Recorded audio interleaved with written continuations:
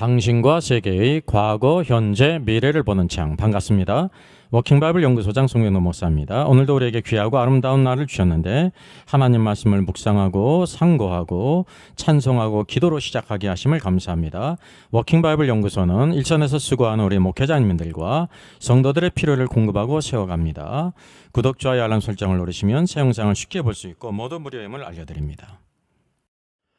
6.25 전쟁 70주년, 과거, 현재, 미래, 군사 사상 전쟁인가, 영적 전쟁인가? Our Father in heaven, hallowed be your name. Your kingdom come, your will be done on earth, as it is in heaven. Give us today our daily bread. Forgive us our debts, as we also have forgiven our debtors.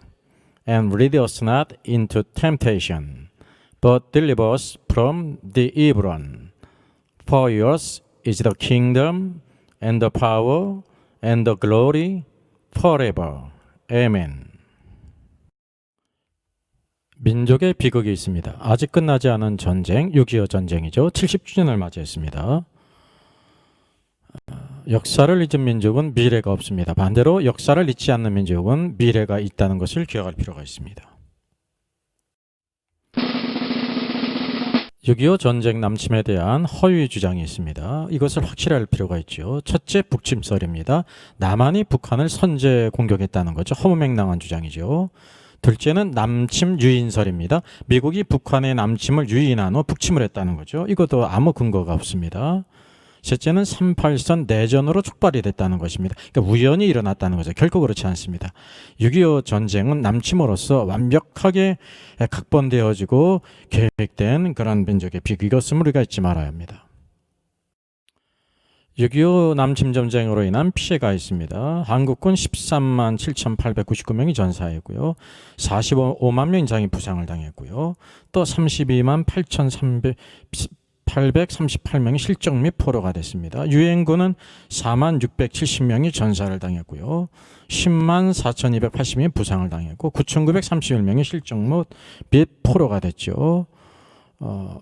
여기 또 국군과 미군과 또 북한군에 대한 이제 피해가 있습니다. 특별히 우리가 유엔군의 전사자가 4만 600명 정도 되는데 그 가운데 대다수인 미군이 3만 6,940명이 전사를 했다는 거예요. 이 이국 땅에서 미국의 젊은이들이 정말 우리나라를 지키기 위해서 피를 흘렸습니다. 진짜 혈맹입니다. 아무 대가 없이 고귀한 피를 흘려서 이 나라가 오늘날까지 존재하는 것입니다. 기타 유엔군들의 전사자, 부상자가 있으면 참으로 우리가 은혜를 입었죠. 북한군은 21만 명 정도가 전사를 당했고 부상은 30만 정도 된다고 합니다. 중공군은 이제 침략군을 도운 중공군이죠. 북한과는 혈맹이지만 침략군을 도운 그런 혈맹이죠. 18만 3천여 명이 됐고요. 부상이 38만 3,218명 정도 됐습니다. 아주 정말로 수많은 인명피해가 난 이 모든 것은 바로 이제 중공과 소련의 배후가 있고요. 북한군에 의해서, 북한 괴뢰도당에 의해서 남침된 전쟁의 비극이었습니다. 6.25 전쟁을 통해서 우리가 알아야 될 것이 있습니다. 이 공산주의를 알아야 되죠. 공산주의는 유물론과 무실론이죠. 또 인권을 말살하는 그런 주의입니다. 이에 반해서 민주주의는 종교의 자유를 허용하고 인권을 존중하죠. 여기 대한민국은 민주주의입니다. 북한은 바로 공산주의였죠. 그 뒤에는 대한민국의 뒤에는 미국이라고 하는 동맹이 있고요. 북한은 중공과 옛 소련이 있었습니다. 배후의 세력이 있었습니다. 물론 우리나라에는 또 이런 유엔군들의 참전군이 있었습니다. 참 고마운 나라들입니다. 우리가 분명히 알아야 될 것은 대한민국은 민주주의로서 하나님을 대적하지 않는 체제라는 것을 우리가 알아야 합니다. 그리고 이 북한은 공산주의로서 소련과 중공은 하나님을 대적하는 체제, 사상을 가진 그런 국가라는 것을 우리가 기억할 필요가 있습니다. 그래서 이 6.25 전쟁은 체제 싸움, 사상의 전쟁인가라는 한번 의문을 가질 필요가 있어요. 체제의 싸움이고 사상의 전쟁이 분명하다는 사실이죠. 만약에 그 6.25 전쟁 70주년을 맞으면서 이 6.25 전쟁이 사상인과 체제의 싸움만을 언급한다고 하면 아무 의미가 없습니다. 그것은 모든 일반 세상에서도 다 다룰 수가 있다는 거죠. 바로 그것 이상의 것이 있기 때문에 다루는 것입니다. 그래서 우리가 특별히 다니엘의 기도와 하늘의 그 영적인 전쟁에 대해서 다니엘서 10장이 우리에게 보여주고 있습니다. 다니엘 시대는 바로 이 무엇이냐면 페르시아가 근동 모든 제국을 이루던 그런 시대였죠. 다니엘서를 한번 보겠습니다. 다니엘아 두려워하지 말아라. 내가 깨닫으려 할 때 내 하나님 앞에 스스로 겸비하게 하기로 결심한 첫날부터 내 말이 응답받았으므로 내가 내 말로 말미암아 왔다. 다니엘의 기도가 하나님께 상달되어지고, 그래서 여기 내가 누구냐면 천사장인 가브리엘이 하나님 응답을 가져왔다는 거예요. 근데 13절 중요하죠. 그런데 바사 왕국의 군주가 21일 동안 나를 막았으므로 라고 말하고 있습니다. 내가 거기 바사 왕국의 왕들과 함께 머물러 있더니 대치가 됐다는 거죠. 그때 바로 가장 높은 군주 중 하나인 미가엘 천사장이 와서 나를 도와줌으로, 가브리엘을 도와줌으로 이제 내가 마지막 날에 내 백성 이스라엘 백성이 당할 일을 내게 깨닫게 하려 왔다라고 말하고 있습니다. 여기 우리가 분명히 기억할 것은요, 바사 왕국의 군주라고 말하죠. 페르시아 왕국의 군주, 왕이라는 거예요. 이 바사 왕국의 군주는 땅에, 이 지도상에 있는 것처럼 땅의 나라의 왕을 가르치지 않습니다. 만약에 그렇게 이해한다고 하면 완전히 성경을 알지 못하는 것입니다. 여러분, 땅의 페르시아의 왕은 천사장인 가브리엘을 막을 수가 없습니다. 여기서 말하고 있는 것은 바로 뭐냐면 페르시아 왕국을 그 영적으로 다스리는 공중 권세를 가리킨다는 것입니다.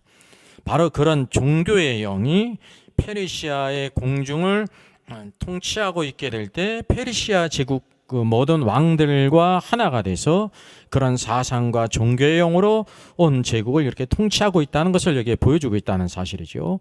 그래서 오늘도 다니엘서 10장은 바로 뭐냐면 다니엘이 기도할 때 하나님의 응답이 천사를 통해서 오는데, 가브리엘을 통해서 오는데, 바로 하나님의 왕국을 대적하는 사단의 왕국의 오늘도 부하인 바사 왕국의 군주가 하늘에 있는 악한 영이죠. 20일 동안 가브리엘을 막았다는 것입니다. 그래서 이렇게 대치되고 있다가 가장 높은 군주 중인 하나인 미가엘 천사장이 나를 도와주기 때문에 그가 와서 이 모든 바사 왕국의 모든 악한 영들을 대적했기 때문에 내가 이제 응답을 가지고 왔다라고 말하고 있습니다. 그래서 이거 보게 되면 과거 시대의 페르시아가 이 제국을 이루고 있었는데, 그것은 바로 뭐냐면 공중에 있는 악한 영들, 페르시아 왕국의 군주는 이 악한 영이에요. 악한 천사란 말이죠. 권세자인데 이 정사가 이 모든 것을 사로잡아 있어서 다스리고 있다고 하는 것을 우리에게 보여주고 있습니다. 눈에 보이는 왕국 위에는 그러한 영적인 종교의 영이든지 독재의 영이든지 악한 영이 다스리고 있다는 것을 우리에게 보여주고 있습니다. 다니엘의 기도는 하늘 영적인 전쟁에 있다는 것을 우리에게 보여주고 있습니다. 가브리엘이 계속 말합니다. 이제 내가 돌아가서 바사 군주와 싸우려니와 이 페르시아의 공중에 있는 악한 영들과 싸우려니와 내가 나간 후에는 헬라의 군주가 이를 것이라 라고 말씀하고 있습니다. 헬라의 군주는 바로 이제 그 이후에 여기 지도상에 있는 것처럼 마케도니아에 일어났던 알렉산더 대왕을 가리키고 있죠. 알렉산더 대왕이 페르시아를 멸망시키고 바로 이제 헬라 제국을 다 이루지 않습니까? 바로 그때 또 다른 그 헬라의 군주가 하늘의 악한 영들이 그 모든 그 알렉산더와 함께 헬라 제국의 모든 사상과 문화와 모든 것을 통합해서 이렇게 그 모든 것을 이룬다는 것을 우리에게 보여주고 있어요. 그래서 마지막으로 나를 도와서 그들을 대항할 자는 너희의 군주 미가엘 뿐이다 라고 이렇게 말하고 있어요. 그래서 그 후에 헬라의 군주가 이룰 것을 말합니다. 이건 미래죠. 미래형이에요. 샬컴이에요. 그리고 알렉산더 대왕이 헬라 제국이 페르시아 제국을 멸망시키고 대제국을 이룰 것을 여기 알려주셨습니다. 그런데 헬라의 군주가 땅의 제국의 알렉산더를 가리키지 않습니다. 땅에서는 알렉산더가 있는데 바로 페르시아 국군이 천사장인 가브리엘을 막을 수 없는 것처럼 헬라 군주도 그렇게 또 미가엘을 대적한다는 거죠. 가브리엘을 대적한다는 거죠. 하나님을 대적한다는 것입니다. 그래서 하늘에 있는 악한 영들 정사를 가리키는 것을 우리가 알 수가 있어요. 알렉산더가 헬라 제국을 다스렸어요. 그런데 공중에는 그 헬라의 사상과 문화를 주장하는 헬라를 다스리는 악한 천사가 그 모든 사상과 문화를 가지고 또 헬라 제국을 이렇게 영적으로 다스리고 있다는 것을 우리에게 보여주고 있다는 사실이에요. 영적인 싸움에 대해서 대표적인 말씀이 있죠. 에베소서 6장 12절입니다. 같이 한번 읽겠습니다. 우리의 씨름은 싸움은 이란 뜻이에요. 혈과 육을 상대하는 것이 아니요 통치자들과 권세들과 이 어둠의 세상 주관자들과 하늘에 있는 악의 영들을 상대함이라고 말씀하고 있어요. 그래서 우리의 싸움은 겠습니다. 뭐가 아니에요? 플래시 앤 블러드예요. 혈과 육을 상대하는 것이 아니라 그래서 혈과 육은 바로 사람이거든요. 사람을 상대하는 것이 아니라는 거예요. 누구에 대한 것이냐면 여기 개역 한글에서는 정사라고 번역됐죠. 통치자들과 이게 하늘에 있는 정사들과 또 권세가 있어요. 어둠의 세상 주관자들이 있고 또 하늘에 있는 악한 영들에 대한 것이 영적인 싸움이라는 것을 우리에게 보여주고 있습니다. 이것은 하나의 프린시플 원칙이라는 거죠. 우리가 여기서 이 모든 것을 잘 영적으로 분별해야 된다는 사실이에요. 여기 대한민국이 있고 북한이 있습니다. 동맹이 미국이고요. 북한은 바로 중공과 소련이었죠. 이 공산주의는 무신론, 유물론, 인권을 말살하는 것이 하나님을 대적하는 그런 체제라는 거죠. 민주주의는 이제 종교의 자유를 허용한다는 거죠. 그리고 인권을 존중해요. 특별히 해서 공산주의 북한은 공산주의 유물론으로서 하나님을 대적하는 체제 사상 그런 국가 체제고요.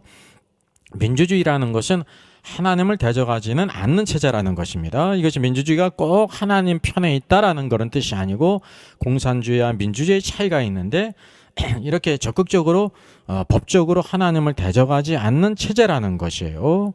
그래서 여기 페르시아 군주가 있었고 헬라 군주가 있었던 것처럼 모든 국가들의 악한 영들이 있다는 거예요. 그래서 북한의 군주가 있어요. 프린스 오브 노스 코스가 있고요. 중국 그 독재 그 권세로 다스리는 그 나라에 또 악한 영들이 누가 있냐면 프린스 오브 차이나라 중국의 군주가 있고 소련의 군주가 있고 소련은 이제 멸망하지 않습니까? 이제 러시아라고 하는 새로운 나라가 이제 했단 말이죠. 그것도 러시아를 다스리는 악한 영들이 있다는 거예요. 오늘도 우리나라도 마찬가지입니다. 한국을 다스리는 군주가 있어. 이게 다 누구 아래에 있는 거냐면 사단 안에 있다고 하는 사실이죠. 이게 미국을 다스리는 군주가 있어요. 근데 그 한국이든지 미국이든지 그 안에 바로 하나님의 왕국이 교회 안에 있지 않습니까? 믿는 신자들이 있는데 다니엘과 같이 우리가 믿음으로 살고 기도하게 될 때 영적인 싸움에서 승리할 수 있는 것이고, 그래서 미국이 세계에서 이와 같이 독재 국가들이든지 이거 침략국을 물리치고 자유와 민주주의를 가져오는 그리고 복음을 전파하는 나라가 쓰임 받을 수 있었던 것도 미국 안에 오늘 하나님을 경외하는 교회와 성도들이 있었기 때문이라는 것을 우리가 알아야죠. 영적인 싸움은 누가 하는 것이냐면 불신자가 하는 것이 아니라 신자들이 한다고 하는 사실입니다. 그래서 오늘도 우리가 보는 포커스는 바로 뭐냐면 이 모든 이게 우리가 이제 6.25 전쟁 70주년을 맞이하면서 과거도 그랬고 현재도 그랬고 미래도 그렇고요. 이것이 눈에 보이는 그런 군사적인 또 사상의 싸움인데 그것이 맞다는 것입니다. 아니라는 것이 아니에요. 근데 그 더 깊이 영적인 것을 보게 되면 이런 영적인 싸움이 있다고 하는 것을 우리가 간과하면 안 된다는 사실입니다. 한번 70년 전으로 가볼까요? 북한은 공산주의, 무신론, 유물론, 인권을 말살하는 그런 체제지요. 민주주의는 종교의 자유를 인정하고 인권을 존중해요. 공산주의는 오늘도 이 중국이든지 소련은 바로 북한 공산주의를 세우고 김일성을 앞서 적화야욕을 계속 이렇게 버리지 않고 있었죠. 군비를 증강하고 침략 계획을 세웠습니다. 그와 반면에 우리 대한민국은 남한의 정치적인 혼란기가 있었고 막 수많은 남노당이 암약을 해가지고 혼란한 시기를 겪었다는 거예요. 그리고 2차 세계대전 후 이 양진영, 공산주의와 민주주의 진영의 대립 지역이 어디로 나타났냐면 바로 이 한반도에 나타났다고 하는 사실이죠. 왜냐하면 북쪽은 바로 소련이 진주해가지고 북한 공산당을 세웠고 남한은 바로 뭐냐면 미군이 진주하면서 민주주의 체제 국가를 세웠단 말이죠. 근데 에치슨 라인에서 이 한반도가 한국이 지휘가 됐습니다. 이런 국제적인 상황에 이르렀다고 하는 사실이죠. 그래서 이 공산주의는 북한의 군주 약한 영들이 항상 죽이고 멸망시키는 것이고 모든 사람들을 죽이고 멸망시키고 또 특별히 뭐냐면 이 복음의 역사를 받지 못함으로 인해 구원받지 못하게 하고 이 사단의 왕국 악한 왕국을 이 땅에 세운다고 하는 사실입니다. 하나님을 대적하는 김일성 독재 정권이 북한은 틀어지고 있었고 남한은 상대적으로 정치적인 혼란을 막 겪었다는 사실입니다. 중요한 것은 그 가운데 중요한 역할을 하는 것이 바로 교회라는 거죠. 북한은 완전히 모든 신자들을 다 이와 같이 숙청을 하고 죽이고 막 그러지 않았습니까? 이 남한 내에서는 우리 한국 교회가 일제 치하일 때 큰 하나님 앞에 큰 죄를 졌는데 그것이 신사참배였습니다. 신사참배한 한국 교회의 죄에 대해서 회개가 없었다는 사실이에요. 그리고 많은 혼란기를 겪었습니다. 다니엘과 같은 지도자, 그 교회가 부재했다고 하는 사실이죠.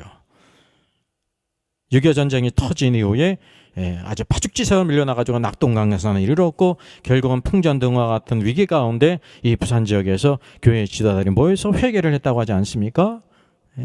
오늘도 하나님께서 오늘도 무엇을 보시냐면 모든 정치 지도자든지 국민의 역할도 중요하지만 가장 중요한 것은 세상의 빛과 소금의 역할을 하는 교회라고 하는 사실이에요. 그 시대에 오늘 과거에 하나님 앞에 큰 신사참배한 죄를 회개하지도 않았고 또한 다들 같은 지도자가 또 성도들이 이 땅에 부조했다는 사실입니다. 이것이 바로 70년 전의 그런 영적인 상황입니다. 눈에 보이는 그런 군사적인 사회적인 여러 가지 정치적인 상황과 함께 영적인 상황이라는 사실이죠. 그래서 항상 사성과 이념 뒤에는 영적인 세력이 있다고 하는 것을 우리가 잊지를 말아야 합니다. 그래서 우리의 싸움은 혈과 육에 대한 것이 아니요 하늘에 있는 악한 영들에 대한 것임을 우리가 기억하라는 거죠. 우리가 성경을 보게 되면 하나님께서 모든 국가들을 나라들을 다스리는 그 원칙이 있어요. 에레미야 선지자에게 토기장의 비유로 말씀하셨어요. 에레미야입니다. 오늘도 그 하나님의 말씀이 임했는데 토기장의 비유로서 에레미야에게 말씀하셨다고 하는 사실입니다. 하나님께서 한 국가를 건설하고 힘을 이어시는 그런 계획을 갖고 계심을 우리가 알게 됩니다. 세계가 있고 우리 한반도 남한 북한이 있습니다. 에레미야 18장이죠. 내가 어느 민족이나 국가를 건설하거나 심으려 할 때에 만일 그들이 나보기에 악한 것을 행하여 내 목소리를 청정하지 아니하면 내가 그에게 유익하게 하리라고 한 복에 대하여 뜻을 돌이키리라 라고 말씀하고 있어요. 하나님의 뜻이 비밀이 있습니다. 하나님께서 한 국가를 건설하고 국회에 세우려고 하시기를 원하신다는 거예요. 세계 모든 나라가 다 그렇다. 이스라엘이 그렇고 대한민국이 그러하고 미국이 그러하고 오스트레일리아가 그러하고 독일이 그러하고 모든 나라에 대해서 다 그렇다는 거죠. 건설한다는 것은 바나로서 짓다 만들다 빌드예요. 심다는 플랜트라는 거죠. 이게 얼마나 놀라운 일입니까? 근데 하나님께서 무엇을 보신다는 것입니까? 하나님 보시기에 악한 것이 있는가 없는가를 본다는 거예요. 하나님 보시기에 악한 것이 무엇인가를 본다는 거예요. 그럼 하나님 보시기에 악한 것이 무엇이 있습니까? 오늘 우리나라 항상 나 자신을 바라보고 한 신자 자신을 바라보고 가정을 바라보고 교회를 바라보고 국가도 그렇다는 거죠. 오늘날 이 시대의 나라가 70년 전하고 다른 것이 바로 무엇이 있냐면요. 70년 전에는 동성애라고 하는 죄가 없었는데 이 차별금지법을 통과시키며 하나님을 대적하려고 하는 이런 움직임이 얼마나 거세게 나타나 있나 말이죠. 하나님께서 보시기에 악한 것이 있는가 없는가를 보신다는 거예요. 만일 하나님 보시기에 악한 것을 행하면 그 뜻을 돌이키리라 그랬으면 이것을 돌이키지 않는다고 하면 하나님께서 그 모든 일에 오늘도 축복하려는 모든 것을 돌이킨다는 거예요. 그러니까 오늘도 우리 하나님 앞에 죄를 짓는다는 것은 아주 심각하고 아주 중대한 일이라는 것을 알아야 돼요. 이것을 누가 알아야 되냐면 교회가 알아야 되고 성도가 알아야 되고 이것을 우리들이 막아야 된다는 사실이죠. 그래서 만일 하나님의 목소리를 청정치 않으면 그 뜻을 돌이키리라라고 말씀하고 있어요. 하나님은 공의로우신 분이십니다. 그 반대의 경우를 또 말씀하셨어요. 하나님께서 어떤 국가를 부수고 멸하시려고 할 때라고 말씀하고 이것이 바로 하나님의 통치가 이 세상에 나타나는 것이에요. 내가 어느 민족이나 국가를 뽑거나 부수거나 멸하려 할 때라고 말씀하고 있어요. 만일 내가 말한 그 민족이 그의 악에서 돌이키면 내가 그에게 내리기로 생각했던 재앙에 대하여 뜻을 돌이키겠고라고 말씀하고 있습니다. 오늘도 그 하나님께서 요나 선지자를 니느웨에게 보내지 않습니까? 결국 하나님께 회개를 선포하게 될 때 모든 왕들로부터 넌 백성이 이르기까지 회개하게 될 때 그 모든 재앙을 거두셨다는 사실이죠. 오늘도 모든 국가에 대해서 다 그런다는 사실입니다. 우리나라도 그러하고 북한도 그러하고 남한도 그러하고 미국도 그러하고 중국도 그러하고 모든 세계 나라에 대한 공통적인 하나님의 공의로운 원칙이라는 거죠. 그래서 세상 나라에 대한 하나님의 계획이 하나님께서 한 나라를 뽑거나 부수기를 할 때가 있다는 거예요. 왜냐하면 여기 악에서 돌이키면이라는 것을 통해서 너희들이 계속해서 하나님을 대적하는 악을 행한다고 하면 너희를 뽑아버리고 부수고 멸할 것이다 라는 것이 하나님의 공의의 다스림 통치라는 거예요. 그래서 하나님 보시기에 악을 행하는 것이 우리는 아주 심대한 일이라는 것을 알 필요가 있습니다. 근데 그때 만일 그 민족이 그의 악에서 돌이키면 그래서 하나님께서는 다시 보신다는 거예요. 만약에 너희들이 악에서 돌이키면 이랬어요. 내가 너에게 내리기로 생각했던 재앙에 대하여 뜻을 돌이키겠다라고 말씀하고 있습니다. 그러니까 만약 그대로 악을 행하면 그 모든 것을 그대로 행할 것이고 악에서 돌이키면 오늘도 하나님께서 그 모든 뜻을 돌이킨다고 하는 사실이죠. 우리나라의 모든 경우도 다 동일하다는 사실입니다. 과거 70년 전에 6.25 전쟁이라는 대비극의 역사가 있었는데 오늘도 우리에게 주신 것이 악에서 돌이키면인데 악에서 돌이키지 못했고 뿐만 아니라 북한 공산당은 호시탐탐 적화 야욕의 해석이 아주 사상으로 무장하지 않습니까? 악한 영으로 충만했다고 하는 사실이죠. 오늘도 하나님의 공의로운 법은 어제나 오늘이나 영원토록 변함이 없음을 우리가 기억해야 됩니다. 오늘도 우리 신자들이 하나님의 원칙 프린시플을 닥트린을 알아야 돼요. 그분이 어떻게 행하시는지 그분의 은혜를 알 뿐만 아니라 공의를 알아야 된다는 사실이죠. 세계 역사에 나타난 하나님의 주권적인 섭리가 있습니다. 15세기 이후 신대륙 발견 이후 세계 패권국가의 변화와 하나님의 주권적인 섭리가 있는데요. 이 주제는 따로 언제 할 기회가 있을 것인데 바로 초기 첫 번째 패권국가 포르투갈이었죠. 스페인이 있었어요. 그 다음에 네덜란드가 있었고 영국이 있고 미국인데 이 모든 그 상승기가 있고 하강기가 있는 이 모든 것이 패권 모든 것이 다른 나라에 이양되게 될 때 가장 중요한 것이 바로 뭐냐면 하나님 앞에서 기뻐하는 일을 하는가 또 악에서 떠나는가라고 하게 될 때 하나님께서 이 세계 역사 가운데서 이렇게 쓰셨다고 하는 것을 우리가 보게 됩니다. 우리 워킹 바이블 첫 번째 영상, 두 번째 영상을 보게 되면 이 부분을 다뤘습니다. 신대륙에 얽힌 하나님의 예언과 함께 어떻게 성취되었는지를 이제 다뤘습니다. 아주 중요한 영상이죠. 이 부분에 대해서 알기를 원하는 사람은 적어도 첫 번째 영상으로부터 다섯 번째 영상에 이르기까지 이 부분을 다뤘습니다. 그럼 6.25 전쟁 70주년을 맞는 현재의 상황을 한번 살펴보겠습니다. 70주년을 맞이했어요. 참 뜻이 있죠. 70주년이에요. 얼마나 많은 것이 변화됐을까요? 좋아졌을까요? 나빠졌을까요? 어떻게 했을까요? 문재인 정권이 들어서면서 이 최영애 국가위원장이 국가위원 역할을 했습니다. 그래서 계속해서 추진하고 있는 것이 바로 무엇이냐? 우리 사회 혐오와 차별이 자리 잡을 수 없도록 차별금지법 제정이 필요하다라고 계속 말하고 있어요. 이게 말은 참 좋아요. 혐오가 없어 차별이 없어야 되죠. 근데 이 차별금지법이라는 것은 하나님의 법을 완전히 불법으로 만들 뿐만 아니라 아주 소수의 그런 동성애자들을 위하고 수많은 다수들을 오히려 역차별하는 그런 악한 법이라는 것을 우리가 모든 사람이 다 알고 있지 않습니까? 더 중요한 것은 바로 이제 6월 21일 엊그제죠. 국가위원장이 한국교회 총연합회를 방문했습니다.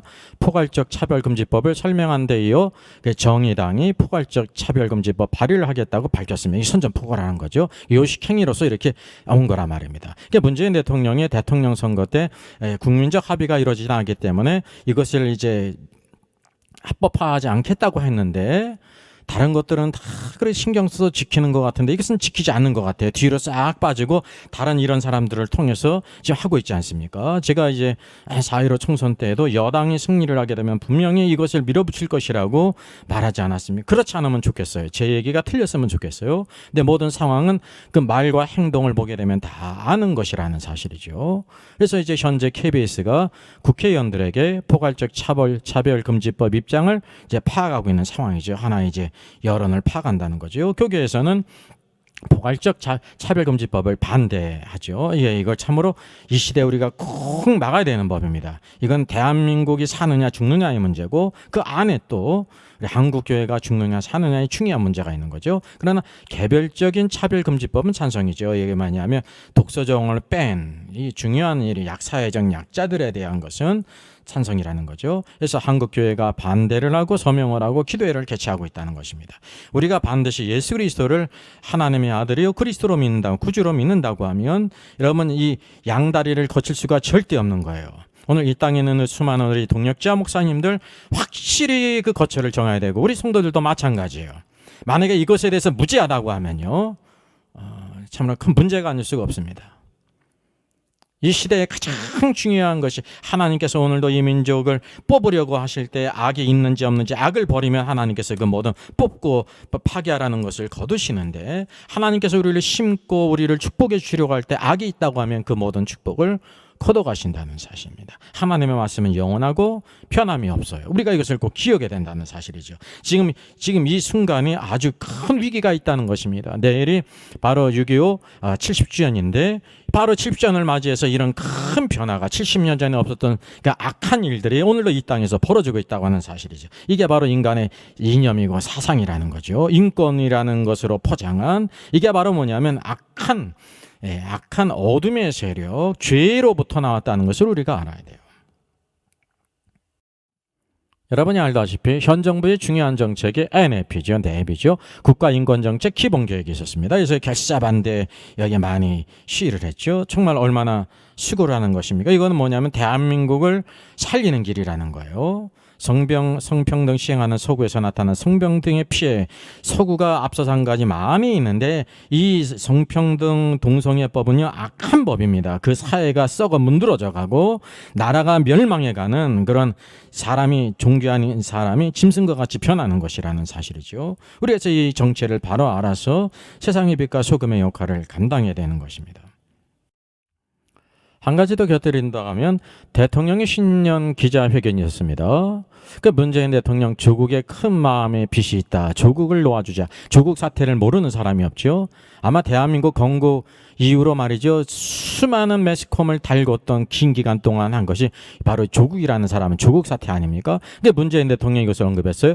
조국에 큰 마음의 빚이 있는데 그가 죄가 있든지 없든지 놓아주자라고 했어요.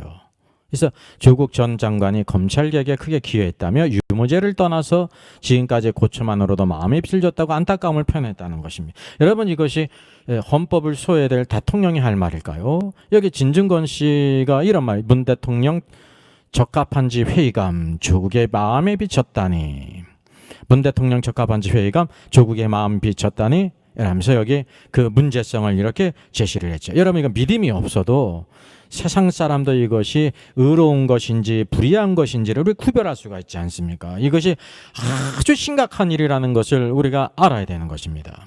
평범한 사람이 아니에요. 한 회사의 회장이 사장이 그래도 큰 문제가 있는 것인데 한 나라의 대통령이 이런 것을 공개적으로 했다는 사실이죠. 여기 현직 부장판사가 여기 이렇게 했습니다. 조국의 마음에 발언한 문 대통령 하야하야 그랬습니다. 예? 현직 부장판사가 이런 것을 했다는 사실이죠. 그래서 이것이 심각성을 우리 성도들은 알아야 된다는 사실이죠. 그래서 그 뒤에 그 사상과 함께 우리 믿는 사람들은 그 어떤 영적인 세력 안에 있는가, 하나님을 대적하는가 아니면 하나님께 순종하는가라는 것을 봐야 된다는 사실이에요. 밖으로는 교회를 하나님을 대적하는 도비아가 있지 않았습니까? 근데 그것을 도와준 자가 누구냐면 제사장인 엘리야십이에요. 우리는 한편으로 무엇을 봐야 되냐면 오늘날 그러면 도비아를 도와서 하나님의 성전에 큰 방을 내어준 제사장인 엘리야십이 없냐는 거죠. 느헤미야 시대 때는 있었어요. 오늘날 이 시대에 없냐는 것입니다. 도비아는 하나님의 전 골방을 맡은 제사장 아닙니까? 그러니까 하나님을 섬기는 아주 중요한 임무가 있고 존귀한 사람이었다니까요. 그가 도비아와 연락이 있고 교제가 있고 그러다가 말이죠. 그와 가까이 하고 동맹을 맺었다는 사실이죠. 그러다가 하나님의 전 큰 방을 하나님의 명령으로 지정된 그 방을 모든 것을 다 치워버리고 도비아에게 내어줬다는 사실입니다. 이런 사람이 없냐는 거죠. 성경은 뭐라고 말씀하고 있습니까? 있기 때문에 기록된 거예요. 느헤미야 시대 때만 문제가 있었던 것이 아니라 이 시대에도 문제가 있다는 사실입니다. 여러분 쉽게 한번 비유해 보겠습니다. 오늘날 이제 느헤미야 시대 때 성전이 교회인데, 교회에 만약에 물리적으로 눈에 보이는 방을 교회를 대적하는 단체에게 내어줬어요. 임대를 했다든지 매매를 했다든지. 이게 얼마나 여러분 심각한 일입니까? 그런 일들이 느헤미야 시대에 있었다는 거예요. 오늘날 그럼 그런 일이 없겠냐는 말이죠. 아마 이런 물리적으로 이렇게 하는 거는 아마 드물 거라고 생각이 되어져요. 근데 이런 악한 일이 있었다는 사실이죠. 또 아니면 동성애를 찬성하는 단체나 국회의원이나 시의원에게 이런 교회의 일부 방을 내어줬다는 거예요. 물론 임대를 했다든지 그냥 무상으로 빌려줬다든지 이러한 일들이 오늘날 있다고 하는 것을 우리에게 보여주고 있는 것입니다. 그런 원인이 무엇입니까? 성벽을 건축하던 느헤미야가 부재 중에 있었다는 사실이죠. 부재 중에 있게 될 때 이런 일들이 벌어진다고 하는 사실입니다. 그러게 될 때 마땅히 악한 자들과 가까이 하지 않고 연락하지도 말아야 되고 동맹관계는 더더구나 있어서는 안 되는 일인데, 제사장 엘리야십이 도비야와 연락을 가졌고 가까이 하고 동맹관계에 이르렀다고 하는 사실입니다. 이런 일이 느헤미야 시대에만 있고 지금은 없다고 말할 수 있느냐는 것입니다. 성경은 있기 때문에 이것이 기록됐다고 하는 사실이죠. 오늘날 모든 교회의 문제와 이 시대의 모든 문제, 결국은 그거는 정부의 문제, 나라의 문제일 뿐만 아니라 교회가 어떻게 되느냐의 문제인데, 그것이 교회의 책임이라는 것을 성경이 보여주고 있어요. 세상의 빛과 소금의 사명을 감당한 것이 누구냐면 교회라고 하는 사실이죠.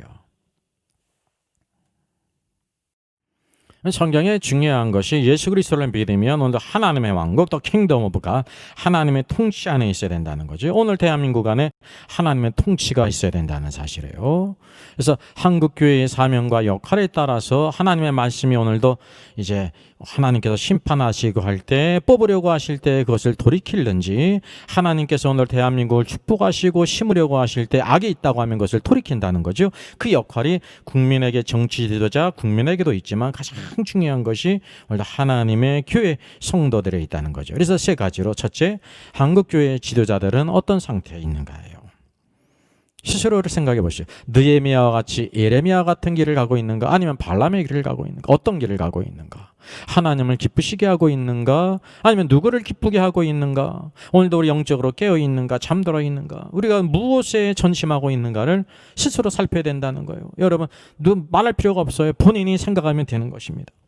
둘째는 한국 교회 성도들은 어떤 상태에 있는가라는 거예요. 아브라함의 길을 가고 있는가, 오늘도 항상 그 장막 안에 제단을 쌓는 삶, 세상 것을 추구하지 않고 하나님의 약속 안에 살지 않습니까? 롯도 구원받은 신자인데 어떻게 했습니까? 소돔으로 갔죠. 예?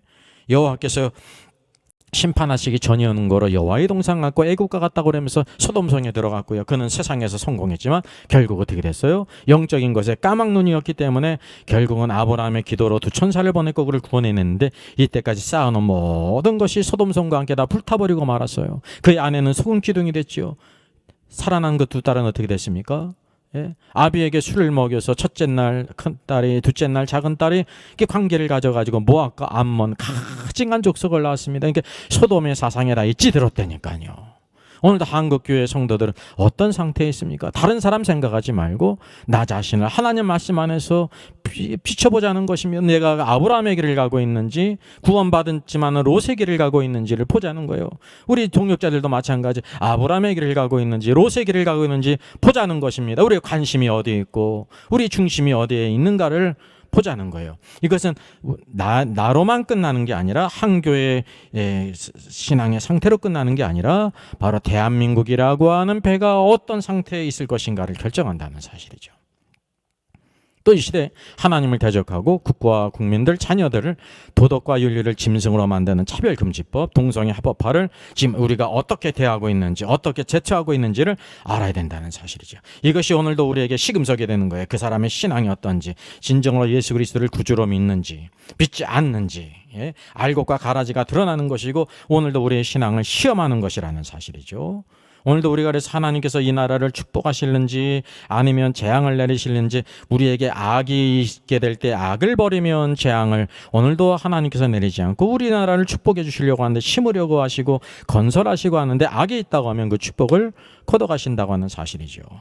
이게 대표적인 건 누구나 알 수 있는 일입니다. 그 외에 우리가 정직한 마음, 믿음만 가지고 있다고 하면 누구나 알 수 있는 일들, 우리가 다 거기서 돌이켜야 된다는 사실을 적극적으로 우리가 무엇을 해야 되는지 믿는 자로서 구별되어 살고, 오늘 하나님께 드리는 예배를 중요시하고 하나님을 사랑하고 그분의 뜻대로 살기를 기뻐하고, 오늘도 우리에게 주신 사명을 따라서 진리의 기둥 같은 교회를 세우고 복음과 그리스도를 위해서 에녹이 하나님과 동행했듯이 오늘 하나님의 영광의 소망 가운데 의의 일꾼으로 쓰임받아야 된다고 하는 사실이죠. 여러분, 6.25 전쟁 70전을 맞이하면서 진정으로 중요한 시기거든요. 우리나라지만 중요한 시기예요. 남북 간의 관계를 보십시오. 이 모든 것이 우연이라고 생각하지 말라는 사실이죠. 교회의 상태를 보고 나의 상태를 바라보고 가정의 상태를 바라보고 이 시대를 잘 분별해서 하나님께 주신 그 모든 말씀, 예레미야에게 외쳤지만 모든 백성들이 다 그것을 무시했습니다. 매국노로 생각했어요. 아니거든요. 오늘도 우리에게 귀에 달콤한 말을 좋아하는지 쓴소리를 좋아하는 게 친정이거든요. 하나님 말씀을 우리가 잘 분별해서 오늘도 이 땅에서 믿음의 사람으로 쓰임받고, 오늘 가정이 살고 교회가 살고 이 나라 민족이 오늘도 살리심을 입어서 남북 대체 위기 가운데 하나님께 이 모든 것을 맡기게 될 때, 우리의 사명을 감당하게 될 때 하나님께서 모든 위기에서 건져주시고, 하나님의 축복일 가운데 평화 토기의 길도 하나님의 손에 있지 인간의 손에 의해서 능력이 있는 것이 아님을 우리가 기억해야 될 줄 믿습니다. 오늘도 하나님을 경외하는 모든 주의 종들과 우리 모든 주의 성들 안에 하나님의 선한 약속을 바라며 힘을 내서 달려나가는 귀한 역사 있기를 바라겠습니다. 우리 대한민국에 대한 하나님 말씀을 같이 한번 읽겠습니다. 내가 어느 민족이나 국가를 뽑거나 부수거나 멸하려 할 때 만일 내가 말한 그 민족이 대한민국이 그의 악에서 돌이키면 내가 그에게 내리기로 생각하였던 재앙에 대하여 뜻을 돌이키겠고, 아멘. 내가 어느 민족이나 국가를 건설하거나 심으려 할 때 만일 그들이 나보기에 악한 것을 행하여 내 목소리를 청정하지 아니하면 내가 그에게 유익하게 하리라고 한 복에 대하여 뜻을 돌이키리라. 오늘도 우리에게 주시는 말씀이에요. 모든 나라에 대해 주시는 말씀이에요. 오늘도 모든 교회에 주시는 말씀, 가정에 주시는 말씀이고, 우리 모든 각 개인에 주시는 말씀, 심령 가운데 다 새겨서 주의 영원하신 말씀을 따라 순종하게 될 때 주님의 은혜를 누리고 승리하게 될 줄 믿습니다. 어지러운 세상 중에 같이 찬양합니다.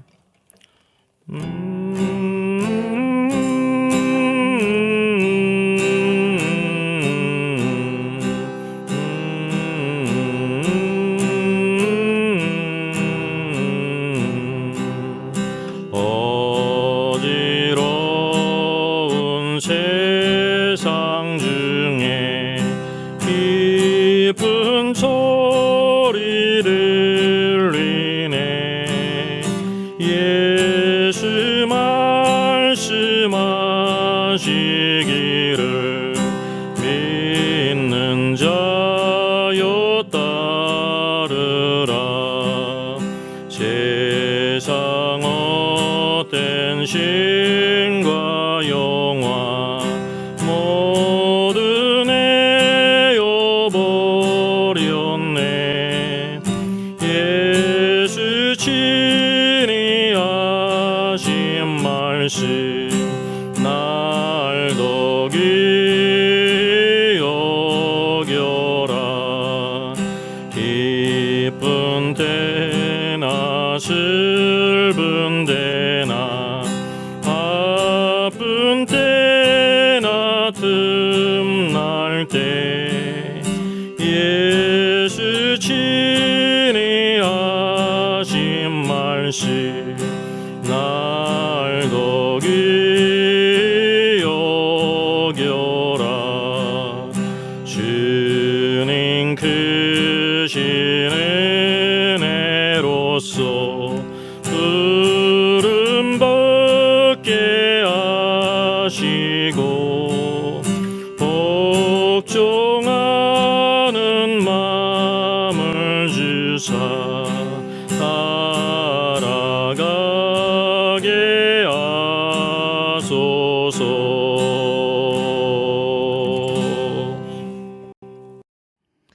사랑의 하나님, 이제 내일이면은 민족의 비극이었던 6.25 전쟁 70전을 맞이합니다. 이 민족의 비극을 잇는 어리석은 이 백성 되지 않게 하시고 오늘도 한국교회가 되지 않기를 원합니다. 영적으로 깨어있기를 원합니다. 오늘도 하나님께서 주신 그 모든 말씀 가운데 오늘도 이 모든 것을 잘 분별하게 해주시고 우리의 싸움이 혈과 육에 대한 것이 아니라 오늘도 하늘에 있는 악한 영들에 대한 것임을 깨닫기를 원합니다. 에레미야를 통해서 말씀하신 것처럼 내가 어느 민족이나 국가를 뽑거나 부수거나 멸하려 할 때 오늘도 이 나라에 대해서 모든 나라에 대하여 이런 계획을 갖고 계실 때 만약에 그 민족이 그 악에서 돌이키면 내가 그에게 내리고 생각한 재앙에서 돌이키겠다고 말씀하셨사오니 하나님 아버지, 오늘도 이 남북관계가 참 위기에 있습니다. 주님, 오늘도 인간의 능력을 의지하지 않게 하시고 열방을 의지하지 않게 하시고 하나님을 먼저 의지하게 하시며 이 땅의 소금과 빛의 사명을 주의 성도들 교회가 감당할 수 있도록 주여 도와 주시옵소서. 오늘도 하나님 미시하는 악한 법들이 계속해서 오늘 법제하려고 하는 움직임이 있음을 보게 됩니다. 주님 긍휼히 여기시고 불쌍히 여기시며 오늘도 믿는 자들이 일어나게 하시고 오늘도 짐승과 같아 마다는 악한 법이 만들어지지 않도록 주님 역사해 주시고 기도를 들으시고 이 나라를 오늘도 하나님 앞에서 정말 악한 나라로 만들지 아니하며 이 시대의 사명을 감당키를 원합니다. 하나님께서 또 내가 어느 민족이나 국가를 건설하거나 심으려 하실 때 말씀하셨사오니 주님 감사합니다. 이 민족을 오늘까지 축복하시고 심으시고 건설케 하신 주님, 오늘도 그 모든 하나님 보시기에 악한 것을 오늘도 행하지 아니하고 주의 말씀을 청종하게 될 때에 오늘도 하나님 아버지 주님께서 오늘도 나라를 심으시고 건설하시고 축복해 주시는데 위의 모든 삶들이 주님의 은혜가 있기를 원합니다. 여러분, 여러 가지 많은 역병으로 해서 참으로 온 세계가 고통 가운데 있는데 오늘도 주님의 신만 예레미야의 말씀이 우리 심령 가운데 있게 하시고 세계 각국에 있는 모든 주의 성도들이 주의 약속의 말씀을 따라 자로나 우로나 치지 않고 달려나가도록 도와 주시옵소서. 이 나라 민족을 긍휼히 여기시옵소서. 오늘도 대통령이야 모든 이정자들 주님의 겸손히 엎드리게 하시고 양심이 회복되게 하시고 살아계신 하나님의 경외감을 갖게 하여 주시고 진정으로 이 나라 민족이 사는 길로 나가도록 주여 긍휼히 여겨 주시옵소서. 주님을 찬양합니다. 오늘도 모든 염려 걱정 주님께 맡기게 될 때 주께서 오늘도 선한 길로 인도하셔서 아름다운 간증이 되게 하시고 증거가 되게 하시고 예수 그리스도의 아름다운 증거가 되게 해 주시옵소서. 감사하고 주 예수님의 이름으로 기도하옵나이다. 아멘. 저의 저수를 소개해드리겠습니다. 때를 알라 주님 오신다. 계시록과 다니엘서의 전반적인 조망이지만 매우 중요한 책입니다. 저 사람 천국 갈 수 있을까? 구원과 천국의 내용을 심도 있게 다루죠. 이런 종류의 책이 없습니다. 셋째는 구원 탈락인가 거짓 신자인가, 종교개혁 5기준을 기념하면서 칭의론, 구원론, 또 심판론 모든 중요한 주제를 다 망라한 책입니다. 이것을 읽는 사람들이 아마 큰 도움을 받을 것 같습니다.